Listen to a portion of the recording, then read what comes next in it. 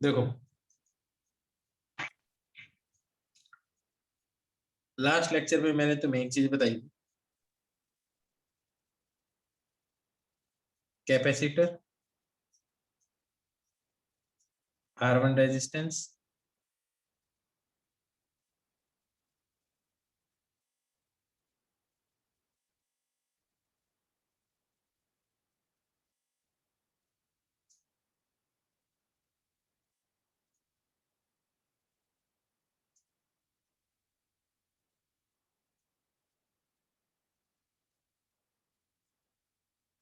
चलो सीधा ही करते हैं, डिस्चार्जिंग वाला। तो इसके लिए क्या किया था हमने, याद हो तो तुम्हें, डिस्चार्जिंग के लिए Q as a function of time क्या आया था?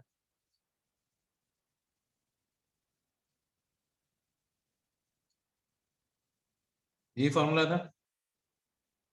करंट का क्या था?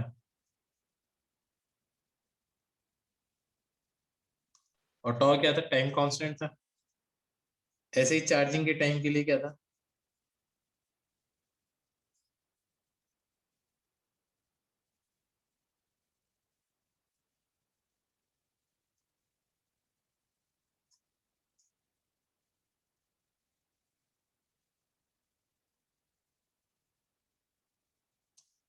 ये था फॉर्मूला। करंट का क्या था फॉर्मूला? याद आ गया?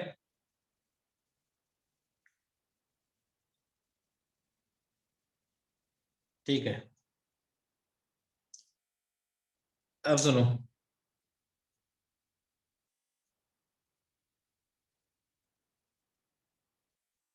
ये कैपेसिटर सी है, R1 रेजिस्टेंस,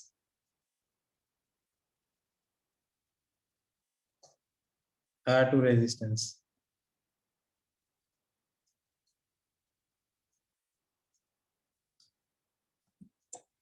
इसका टाइम कांस्टेंट क्या होगा? टॉ कितना होगा इसका? दोनों रेजिस्टेंस किसके अंदर है? सीरीज में, तो टाइम कांस्टेंट क्या होगा?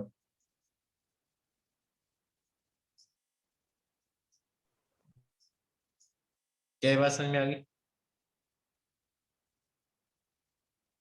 ठीक है, धीरे धीरे समझ में आएगी, ठहरो भी, देखो तुम।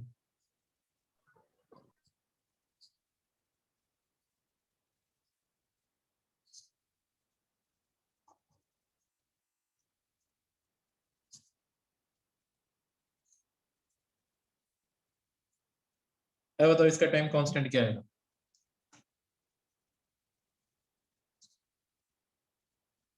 अब बताओ इसका टाइम कांस्टेंट क्या आएगा?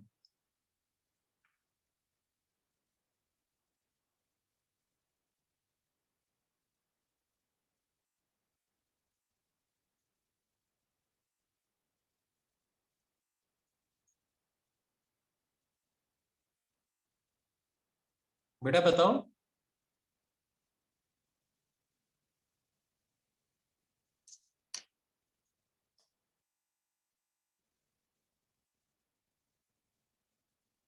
मोक्ष गलत है बेटा, सुनो। जब भी टाइम कांस्टेंट निकालना हो ना, एक कैपेसिटर और बाकी रेजिस्टेंस दिए हो, तो बैटरीज को तो कर दो शॉर्ट सर्किट, और कैपेसिटर के अक्रॉस इक्विवेलेंट रेजिस्टेंस निकालो। इस केस में अगर मैं इसको शॉर्ट सर्किट कर देता हूं, तो इस कैपेसिटर के अक्रॉस रेजिस्टेंस क्या है? R1 और R2 क्या है सीरीज में? तो R1 और R2 आ गया। इस केस में बैटरी को करना है शॉर्ट सर्किट, ठीक है? तो R2 तो शॉर्ट सर्किट हो गया, तो इसका टाइम कांस्टेंट किसके बराबर आएगा? C × R1 आएगा। क्या बात समझ में आई है? अभी और देखो तुम।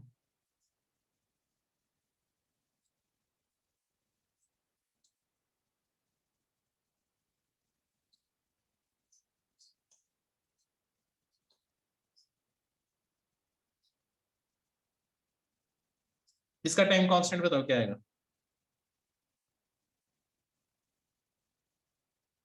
इस सर्किट का टाइम कांस्टेंट क्या आएगा?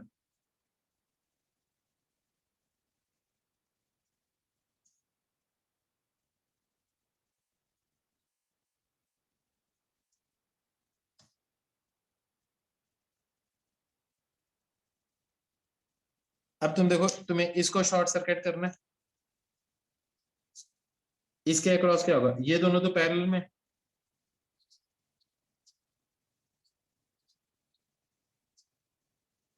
और इसके अक्रॉस निकालना है, तो ये R1 इन दोनों के साथ क्या है, सीरीज में, और इसको किससे मल्टीप्लाई कर दो, C से, तो इसका टाइम कांस्टेंट आ गया। क्या लॉजिक समझ में आ गया? क्या ये समझ में आ गया तुम्हें? कैपेसिटर के अक्रॉस इक्विवेलेंट रेजिस्टेंस निकालना है आपको। एक और देख लो,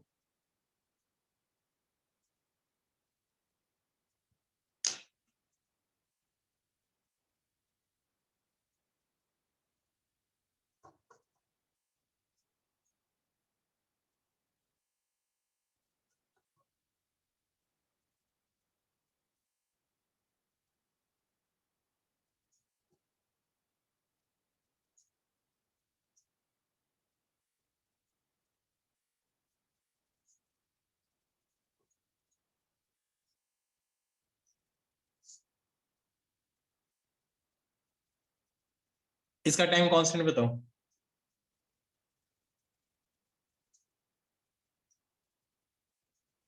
इसके अंदर बेटा ये दोनों पैरेलल में है, इसके अक्रॉस रेजिस्टेंस निकालना है R1, ये दोनों पैरेलल में, बैटरी को शॉर्ट सर्किट करना है, ऐसे करना है इसको।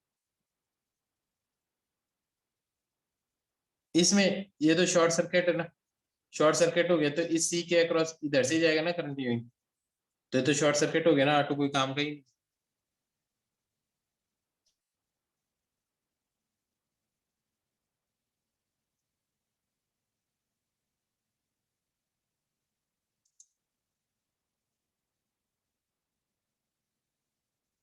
इसका क्या आएगा इक्विवेलेंट टाइम कांस्टेंट,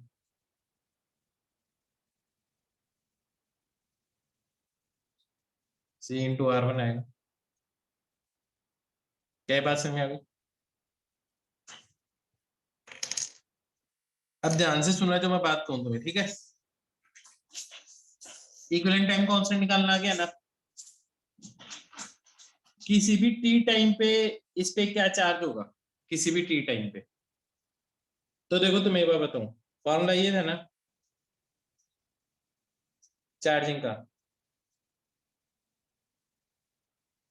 फॉर्मूला ये था ना, तो इसके अंदर किसी भी टी टाइम पे क्या होगा, क्यू नॉट, इस पे मैक्सिमम चार्ज कितना आएगा, जो इसके अक्रॉस वोल्टेज है, इसके अक्रॉस तो होगा नहीं, इसके अक्रॉस क्या हो जाएगा, ई हो जाएगा, तो इस पे मैक्सिमम चार्ज क्या आएगा,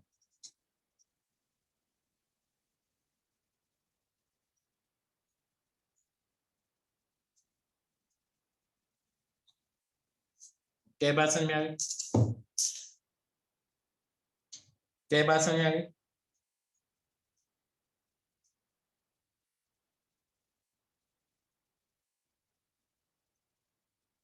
इसके ऊपर किसी भी क्यू टाइम पे क्या चार्ज आएगा, टी टाइम पे क्या चार्ज आएगा, इसके ऊपर डिफरेंशिएट कर दोगे तो करंट आ जाएगा इस आर्म के अंदर, कैपेसिटर के थ्रू, इसका डिफरेंशिएशन करोगे ना, ना तो इसके थ्रू करंट आएगा ना इसके थ्रू, जो कैपेसिटर के थ्रू करंट जा रहा होगा ना किसी भी टी टाइम पे, वो आएगा dq by dt, because dq by dt is rate of charging और rate of discharging of capacitor.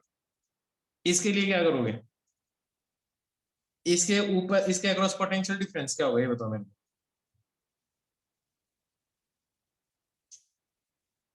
देखो जब इनफिनाइट टाइम होगा ना, मेरी बात सुनो, जो पोटेंशियल डिफरेंस इसके अक्रॉस होगा वो इसके अक्रॉस होगा, इसके थ्रू तो करंट जा ही नहीं रहा होगा, तो जो इसके थ्रू पोटेंशियल होगा वो इसके अक्रॉस होगा, ये दोनों सीरीज में हो गए, करंट देखो यूं हो जाएगा सीधा, यूं हो जाएगा सीधा, हाँ या ना, ऊपर से तो जाएगा ही नहीं, तो इसके अक्रॉस क्या पोटेंशियल डिफरेंस होगा, R2 upon R2 plus R3 into ई, ये पोटेंशियल डिफरेंस होगा R2 के अक्रॉस, इसके अक्रॉस पोटेंशियल डिफरेंस वही होगा जो R2 के अक्रॉस होगा। क्या बात समझ में आई है नहीं? तो इसके ऊपर मैक्सिमम चार्ज कितना आ जाएगा, दिस पोटेंशियल इंटू सी, तो मैक्सिमम चार्ज कितना आ जाएगा, ये मैक्सिमम चार्ज है ना इस कैपेसिटर के ऊपर जो इनफिनाइट टाइम पे आएगा, तो वो कितना हो जाएगा, R2 into C into E upon R2 plus R3, 1 minus E की power minus T by tau tau किसके बराबर है, ये वाला।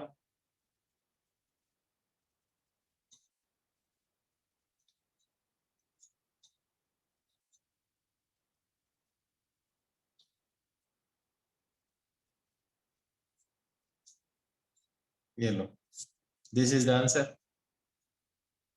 फिर से बताऊं, फिर से सुन लो। ये जो क्वेश्चन है, ये कुछ क्वेश्चन कुछ ऐसा ही नहीं है, वापस देखना ध्यान से।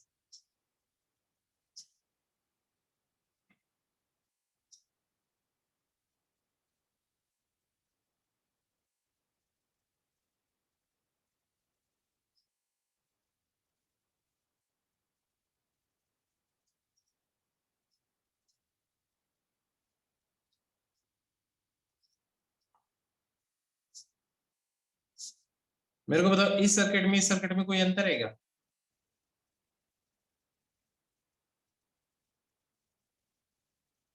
इस सर्किट में इस सर्किट में कोई अंतर है? इनफिनाइट टाइम पे इसके अक्रॉस क्या पोटेंशियल डिफरेंस होगा, इस कैपेसिटर के अक्रॉस वही होगा जो R2 पे अक्रॉस होगा। तो ये मैक्सिमम चार्ज कितना होगा इसके ऊपर? ये EMF है, ये दोनों तो सीरीज में कंटिन्यू जा रहे हैं, इसके और इसके थ्रू तो जाएगा ही नहीं पूरा चार्ज होने के बाद में। तो इसके अक्रॉस पोटेंशियल डिफरेंस क्या होगा? R2/R2+R3 into E।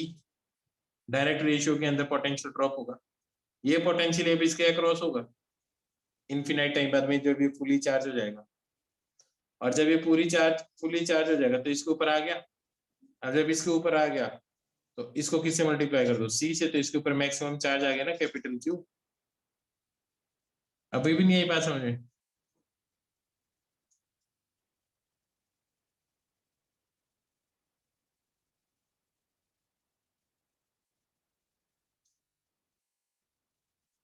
समझ में आ गई ये बात? भाई है क्या, मैक्सिमम चार्ज इन्फिनिट टाइम पे जो कैपेसिटर पे होगा, 1 - e⁻ टॉ। टॉ क्या है? टाइम कांस्टेंट है, और टाइम कांस्टेंट निकालना मैंने सिखाई दिया तुम्हें।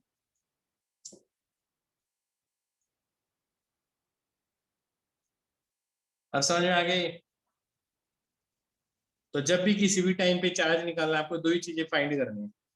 ये वाला कौन सा चार्ज है इन्फिनिट टाइम पे, जब कैपेसिटर फुली चार्ज हो जाएगा। और टाइम कांस्टेंट मैंने निकालना सिखाई दिया तुम्हें। कोई प्रॉब्लम इसमें?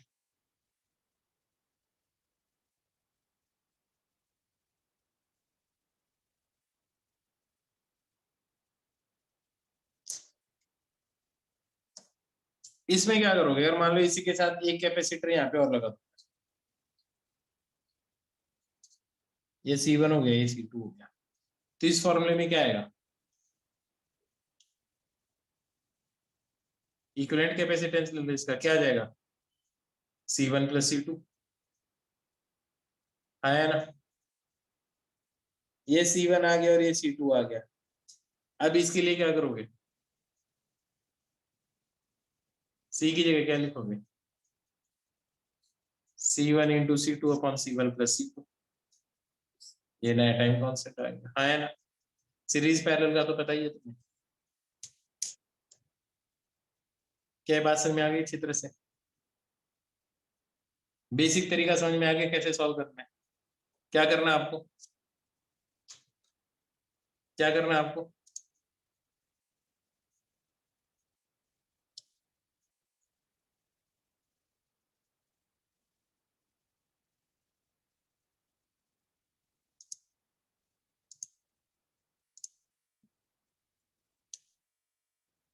समझ में आ गया सबको?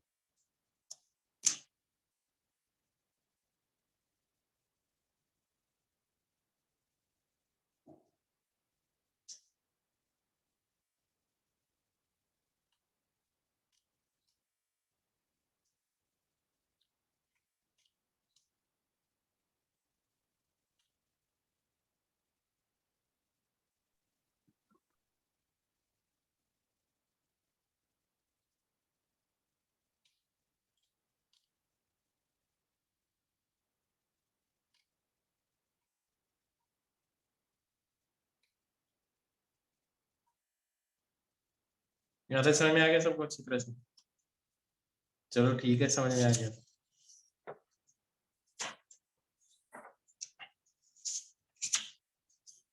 अब इसको समझो।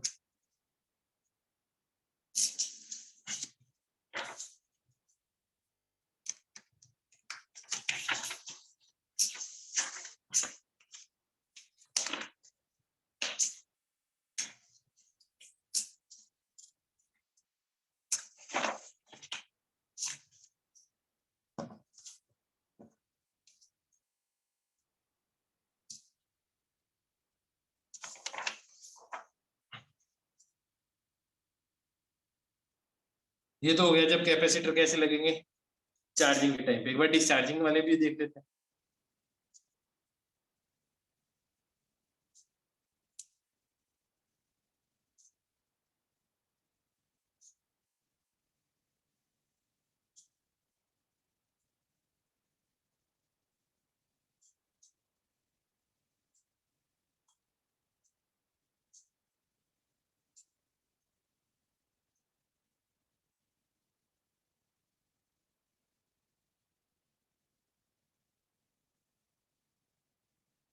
ई एम एफ, इसके अक्रॉस वोल्टेज ई था, ठीक है।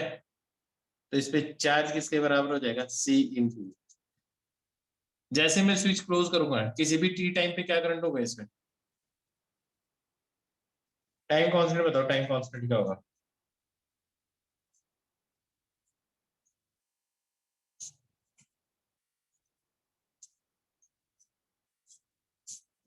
किस किसका सही था ये? किस किसने लॉजिक बना लिया था ये है।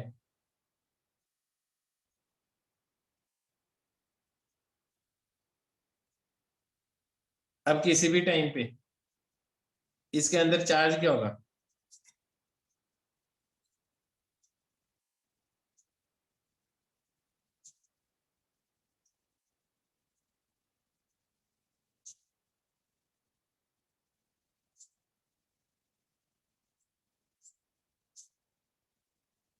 क्या बात समझ में आ गई, क्या बात समझ में आ गई।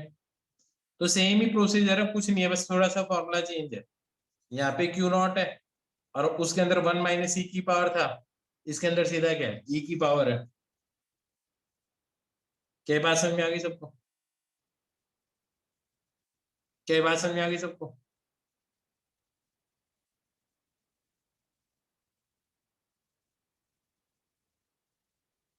अब देखो,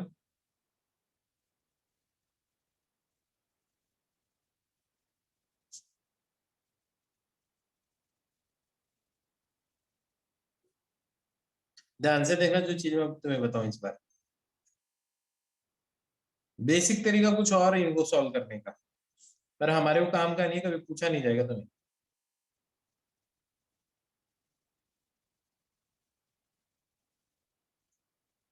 ये स्विच है, ई एएमएफ है, सी कैपेसिटर है, आर रेजिस्टेंस है। इस पे सबसे पहले ना जो चार्ज था ना, ऑलरेडी पहले से चार्ज था, वो चार्ज साइज पे सी ई बाई टू, ये क्यू चार्ज इसके ऊपर पहले से चार्ज है। अब जब स्विच क्लोज करेंगे, पहले से चार्ज है। अभी तक जितने भी केस उनमें क्या था, पहले से चार्ज नहीं था, जीरो चार्ज था पहले, आया ना, अनचार्ज कैपेसिटर को चार्ज कर देते हैं। अब जब हम इसको क्लोज करेंगे, अब आपको इसके ऊपर मतलब टी इक्वल टू, जब तुम इसको क्लोज करोगे तब इस पे ऑलरेडी ये चार्ज है, सी ई बाई टू, ये ई है, ये सी है, C E by two. That is, connect करने के बाद में आप बहुत ज्यादा टाइम बाद में इस पे चार्ज क्या हो जाएगा, सीई हो जाएगा ना, अभी उसका आधा चार्ज है इसके ऊपर। क्या ये बात समझ में आ गई मानो।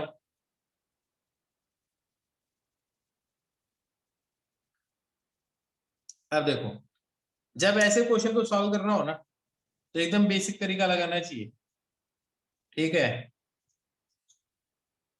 इसमें आई करंट, फिर बाद में three C E by two क्यों होगा, इन्फिनाइट टाइम बाद में क्या चार्ज हो जाएगा इसके ऊपर, ये बताओ।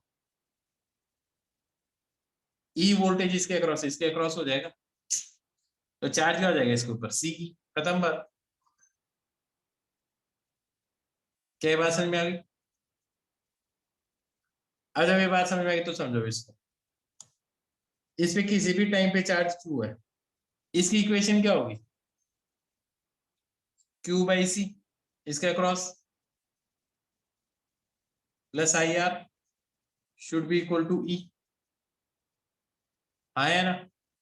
ये इक्वेशन तो पता है ना, ये वोल्टेज प्लस ये वोल्टेज प्लस ये वोल्टेज किसी भी टी टाइम पे। आई को क्या लिखोगे? ये बन जाएगा आई इंटू आर,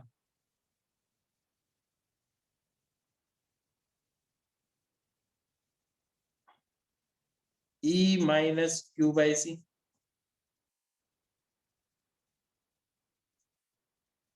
है ना? तो ये क्या आ जाएगा? सी ई माइनस क्यू,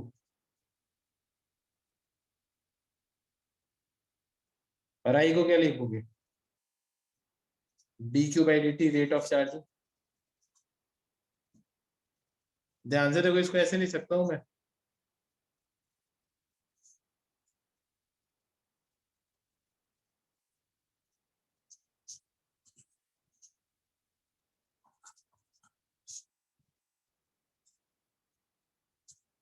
याद आ रहा कुछ?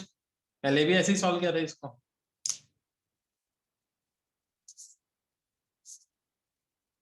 टी इक्वल टू 0 पे इस पे कितना चार्ज है बताओ?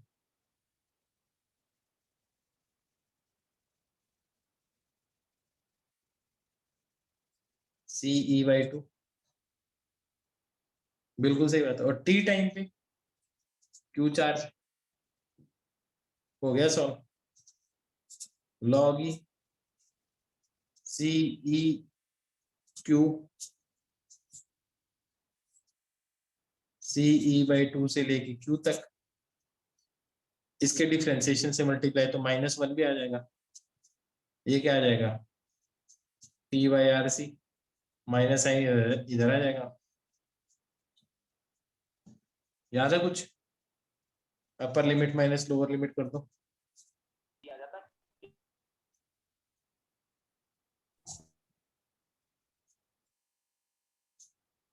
हाँ भाई, सॉल्व कर लोगे? ई की पावर ये आ जाएगा।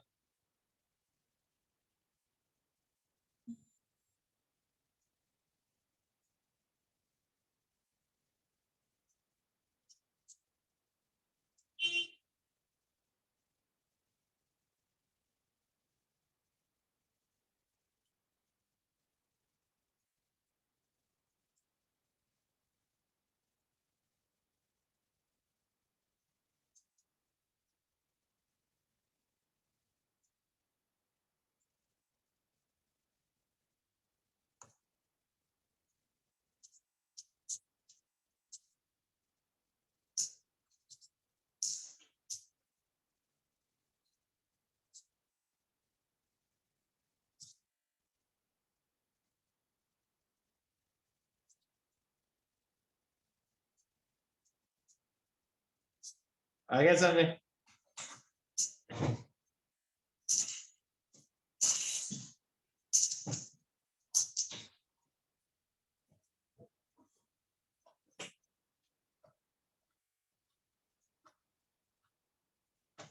हाँ देखो, टी की वैल्यू 0 पुट करो। जैसे ही 0 पुट करोगे तो ये क्या आ जाएगा? 1 1 हो जाएगा। क्यू किसके बराबर है? C E by to. तो सही है, टी इक्वल टू 0 पे इस पे सी ई बाई टू चार्ज था ना। बात समझ में आई या नहीं? और इनफिनाइट पुट कर दो तो ये 0 हो जाएगा, तो 2 से 2 गायब हो जाएगा, तो क्यू इक्वल टू क्या हो गया? सीई हो गया। हाँ या ना? बेसिक मेथड समझ में आ गया बेटा जी? बेसिक मेथड सबको समझ में आ गया?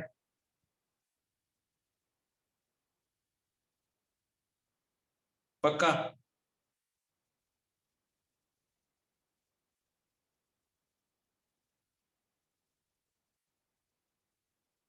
ठीक है तो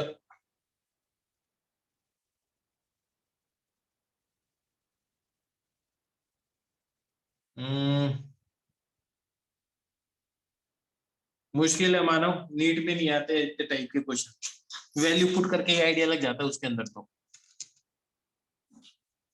ठीक है, वैल्यू पुट करके ही आइडिया लग जाएगा। इवन मेंस में भी वैल्यू पुट करके ही पता चल जाता है। अभी करवाऊंगा क्वेश्चन तो पता चलेगा तुम्हें।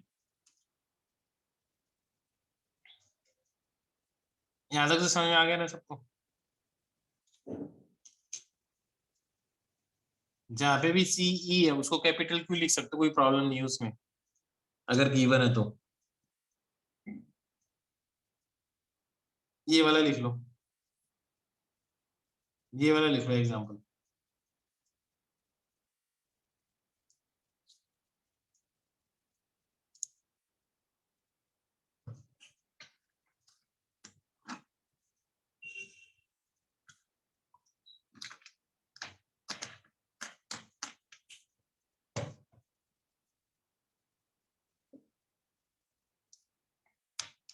टफ तो नहीं लग रहा ना तुम्हें? कैपेसिटी टफ तो नहीं लगा ना?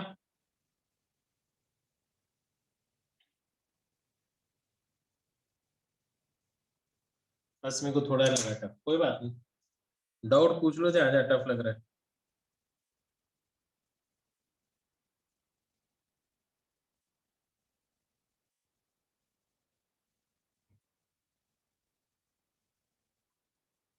इसको हटा दूं,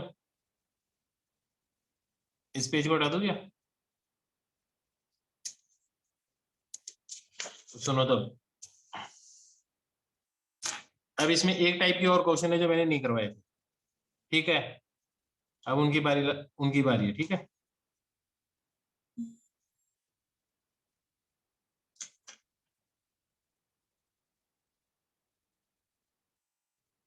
ये प्लेट्स हैं,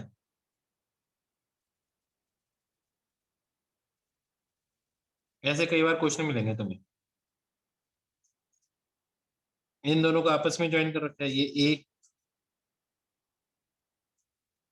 इन दोनों को आपस में ज्वाइन कर रखा है ये बी। हर प्लेट का एरिया ए है, सबके बीच की डिस्टेंस बी है। इक्विवेलेंट कैपेसिटेंस निकालो, ठीक है? क्या निकालना है इसका? इक्विवेलेंट कैपेसिटेंस निकालो। इस एक, ये तो पता नहीं क्यों लिख दिया, 1 2 3 4 5 6 7 8।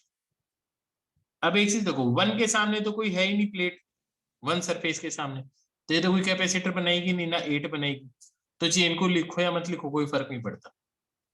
2 के सामने 3 है, तो देखो सबसे पहले 2 बना दो, और 2 के सामने क्या है? 3 है। आया ना? 3 के साथ में क्या है? 4 है। 3 के साथ में क्या है?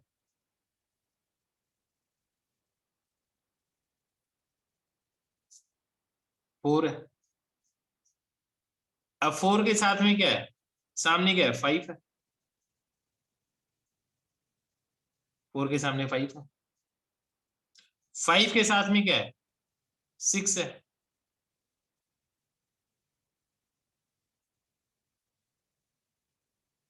5 के साथ में 6 है, दोनों सेम ही पोटेंशियल, मतलब सेम ही वायर से जोड़ दो। ये बताओ, क्या 2 और 5 भी सेम पोटेंशियल पे है? ये देखो एक साथ ज्वाइन कर रखे हैं, तो 2 और 5 भी सेम पोटेंशियल पे, और वो कौन से पोटेंशियल पे? ए पोटेंशियल पे। हाँ है ना? अब 4 के, 6 के सामने क्या? 7 है। 6 के सामने 7 है। अब 7, 3 और 4 सेम पोटेंशियल पे है, 7, 3 और 4 सेम पोटेंशियल पे है। और ये सारे के सारे किस पोटेंशियल पे हैं? बी पे है ना? इक्विवेलेंट कैपेसिटेंस क्या हो गया? एक का apps not into A by D, और ये तीनों किस में है? अरे यार एक चीज सोचो, इस प्लेट को ए पोटेंशियल पे रखा, तो मेरे हिसाब से 1 2 5 6 ये तो सेम ही पोटेंशियल पे हो ना सारी प्लेट्स। अभी भी नहीं बात समझे? ऐसे 3 4 7 8 भी तो सेम पोटेंशियल पे है।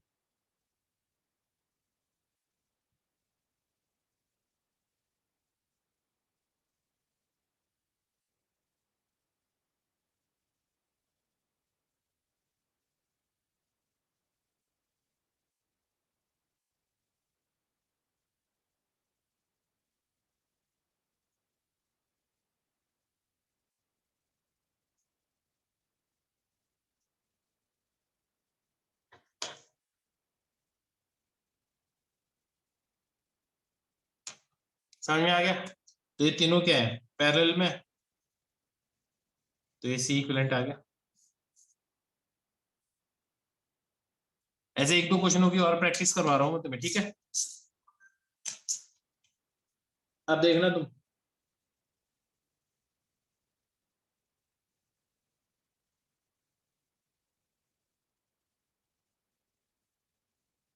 इसका इक्विवेलेंट तुम निकालो।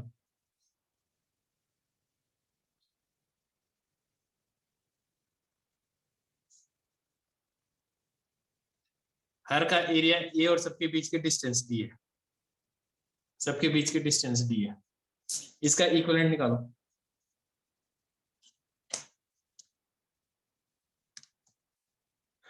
ताकि लोग गड़बड़ ना करें, इसलिए मैं पहले लिखता हूँ 1 2 3 4 5 6। बाहर वाली प्लेट को लिखने का कोई फायदा नहीं है, क्योंकि उसके सामने दूसरी प्लेट है ही नहीं, तो वो एक कैपेसिटर बनाएगी नहीं कभी। करोगे सॉल्व? तुम सॉल्व करोगे या मैं बताऊं? ठीक है, तुम करो, करो फटाफट। क्या ये बात समझ में आई या नहीं? क्या ये बात समझ में आई? भाई ये दोनों ही सेम पोटेंशियल पे हैं, तो ये बीच का तो कोई काम का है ही नहीं ना, तो ये गायब हो गया।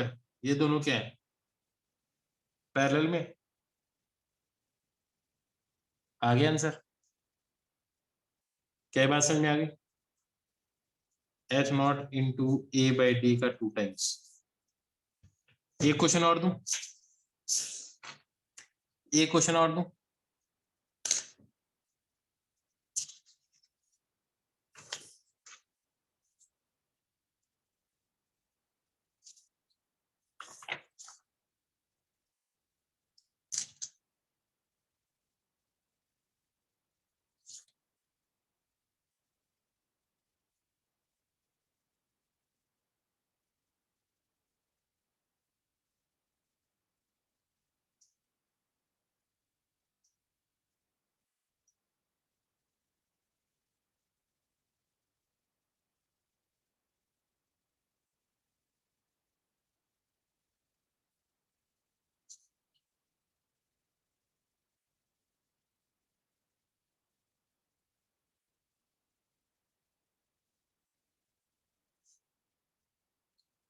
ए और बी के अक्रॉस निकालो,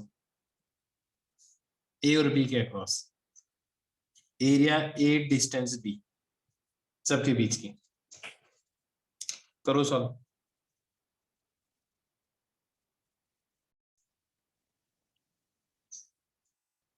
समझ में आ गया सबको? 6 के सामने 5 है, 5 के साथ में 4 है, 4 के सामने 3 है, 3 ए के साथ है, ए के साथ और क्या, 2 प्लेट है, 2 के सामने 1 है, 5 4 और 1 सेम पोटेंशियल पे। आ जाएगा आंसर। लॉजिक समझ में आ गया? अब पता चल गया ना क्वेश्चन सॉल्व कैसे करना है। ये बताओ, ये पता चल गया ना कि क्वेश्चन को सॉल्व कैसे करना है। एक क्वेश्चन और दूं, एक क्वेश्चन और, गड़बड़ तो नहीं होगी ना इस बार?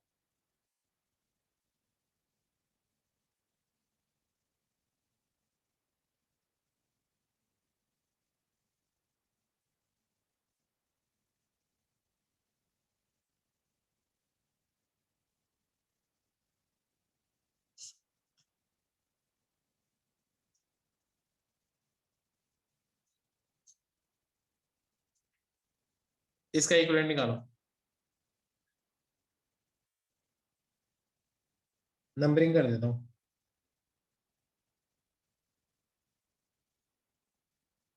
ये तो पता चल गया, बाहर वालों को तो नंबरिंग करने की जरूरत नहीं। करो तो